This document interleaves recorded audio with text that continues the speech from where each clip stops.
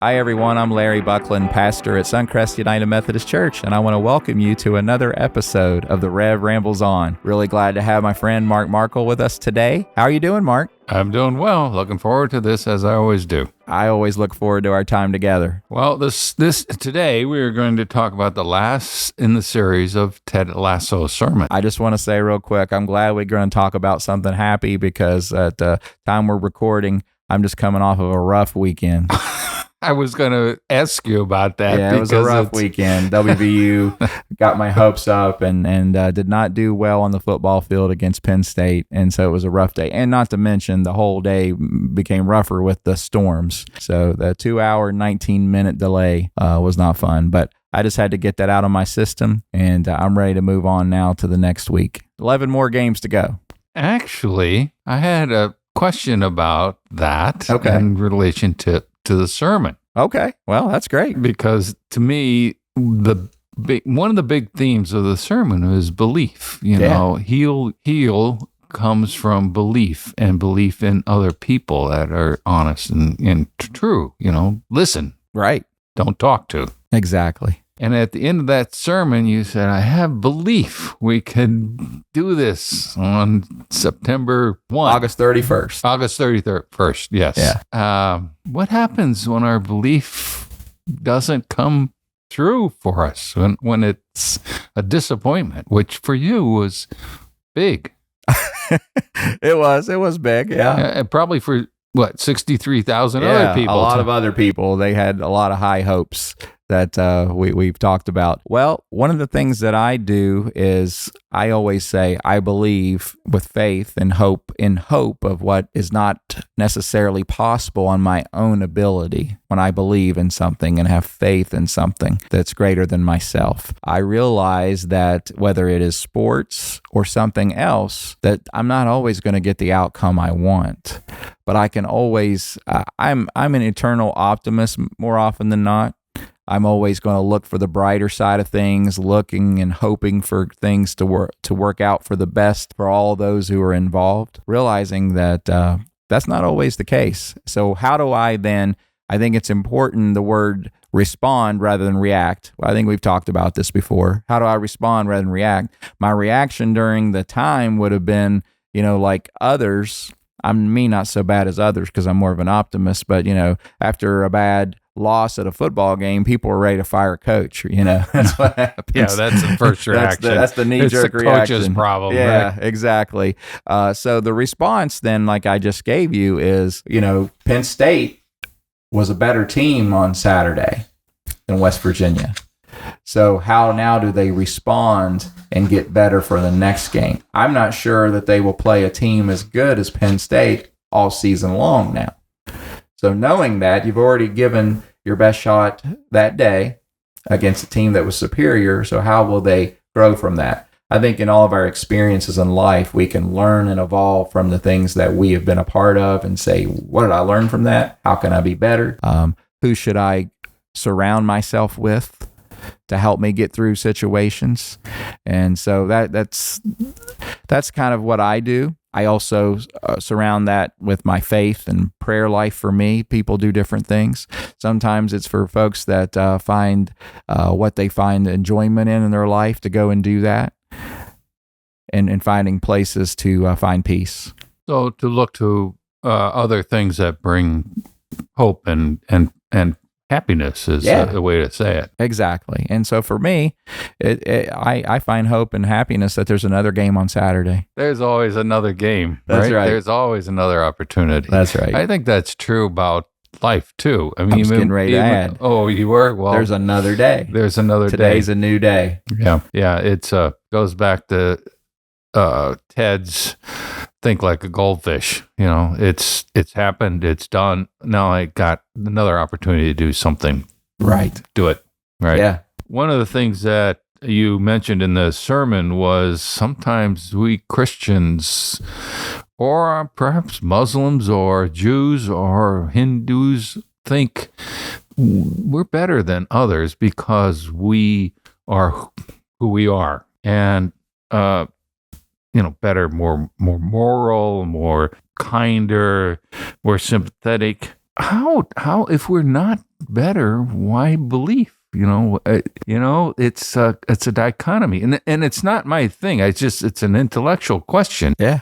I don't see myself as better, but I know people do, and why? Well, I think if we think about people we know, Mark, we can think about people that, wow, those people are people we've looked up to all of our life, people that have helped us along our journeys, our faith journeys, and we look to them as fantastic people, and maybe even better than sometimes, definitely sometimes better than ourselves, because they are the ones that have impacted our lives so much to long to be better human beings.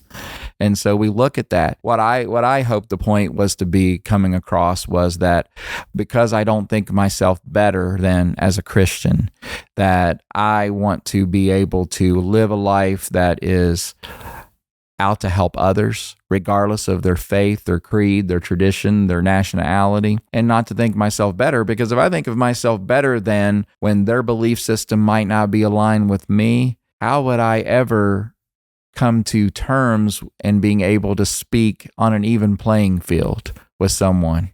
I don't think I can if I look down upon someone. And maybe I'm not doing that physically or consciously, but even subconsciously, if I come feeling like, well, I'm a child of God, I'm a Christian, I go to Suncrest United Methodist Church, where are you guys on Sunday? If I have that kind of thought process, why would anyone want to join me there? Yeah, that's true. Why would they? Yeah, I wouldn't. If someone came at me and said, well, I go to the best church, and if you don't go there, then who are you? Well, I would just say, well, you go on your own way. It's your call. It's your call. And you go where you're comfortable, where you find solace and where you find Christ. It's not my job to tell you where that is. Yeah, where you find love, where you find peace. I'll even say where you find faith. Where you find faith in whatever form that looks like. And I hope that as a Christian professing that whether you are of a different faith or religion, that we're able to talk about that in a general term that says, I have found peace in whatever it is that brings me to that wholeness, that healing, that hope, that belief. And I wish that for others. Yeah. Whether it's at Suncrest or someplace else. Yeah. Doesn't matter where. That to me is the essence of the message. It's your call. I hope you find that peace and that comfort. Yeah. Sanctuary can be in so many places.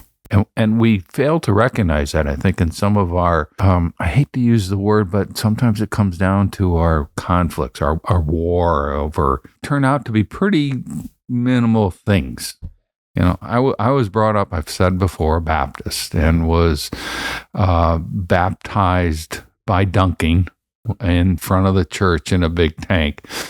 And that was really critical to that congregation. And it is. Subsequently, I have realized that it was an enormous event in my life. It made a difference, but whether I got dunked or splashed or was an infant or was an adult or a teenager, it's coming to Christ that's important.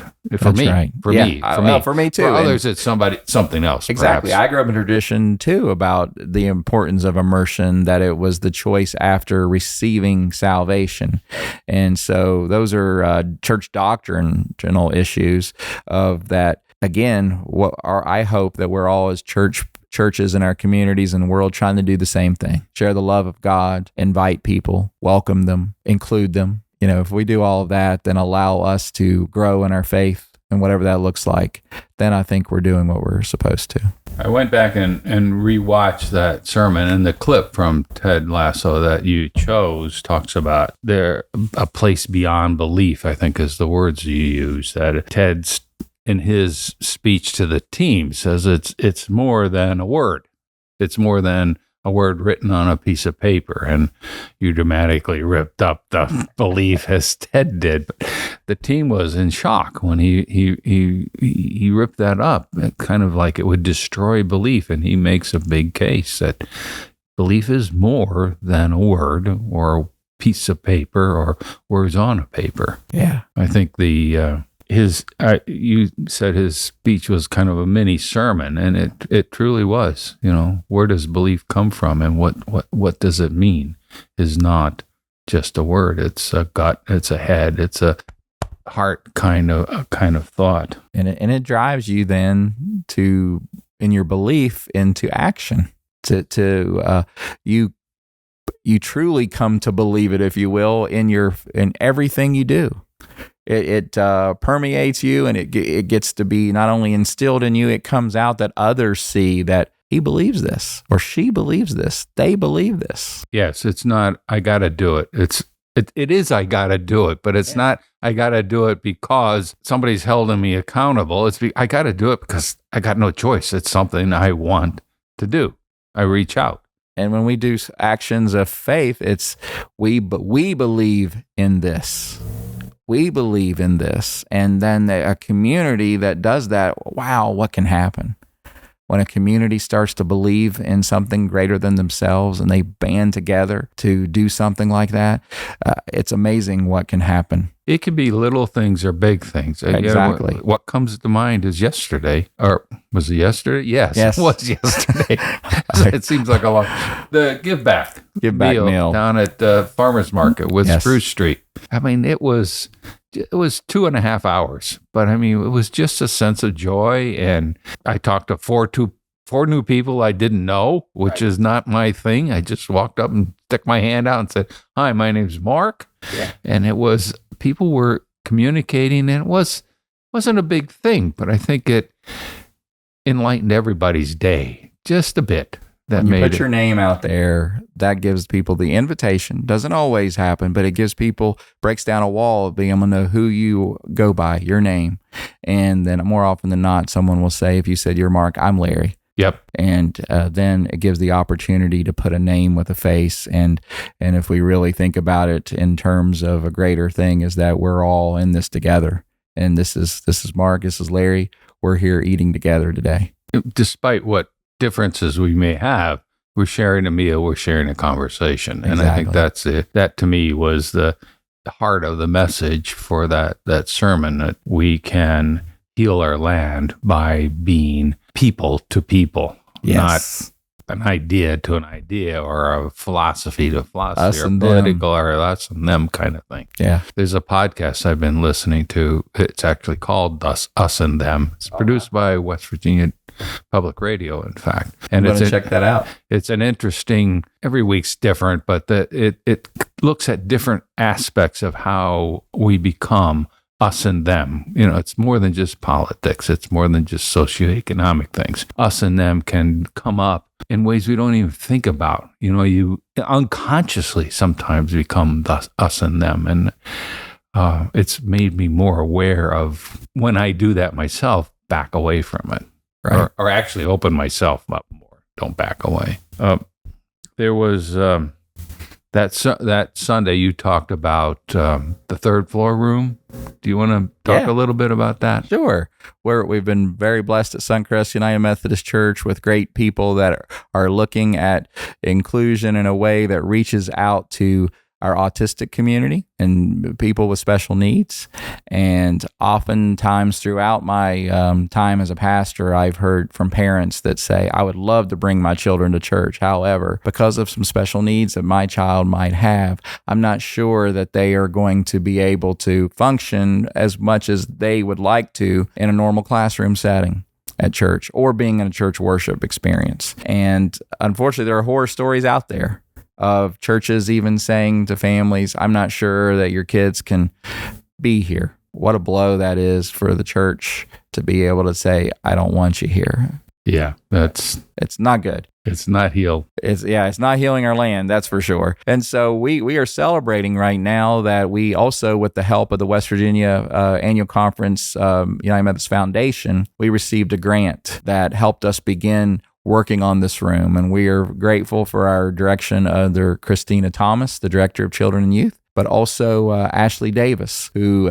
works in Monongalia County Schools as a special education teacher, and taking her expertise with others was able to create this room with the help of the grant and the support of our church. And we are now starting to see benefits of that, with children coming with their parents and their parents being able to go to worship, and children having a time for them, and the space that is inclusive and gives them proper attention to be able to celebrate exactly who they are and a child of God.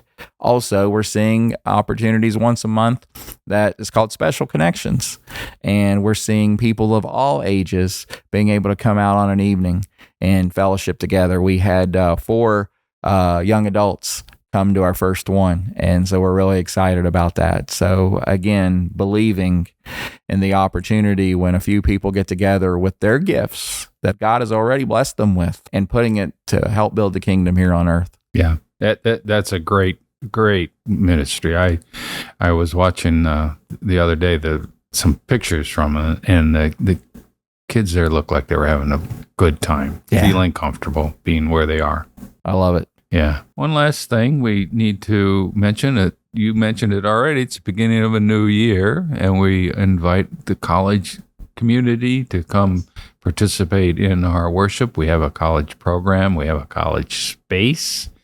Actually, quite a nice space. Come on and check it out. I would invite you. Yeah, if you're looking on a Sunday, you're always welcome at worship. Our traditional worship's at 9 and contemporary at 11. We'd love to have you in whatever aspect. If you've got music talent, we'd love to have you in the choir, or there's a handbell choir as well. At 11 a.m., we have a praise band and opportunities there. Or if you just want to come and see, we would love to be able to welcome you and make sure you know that you are welcome here at Suncrest.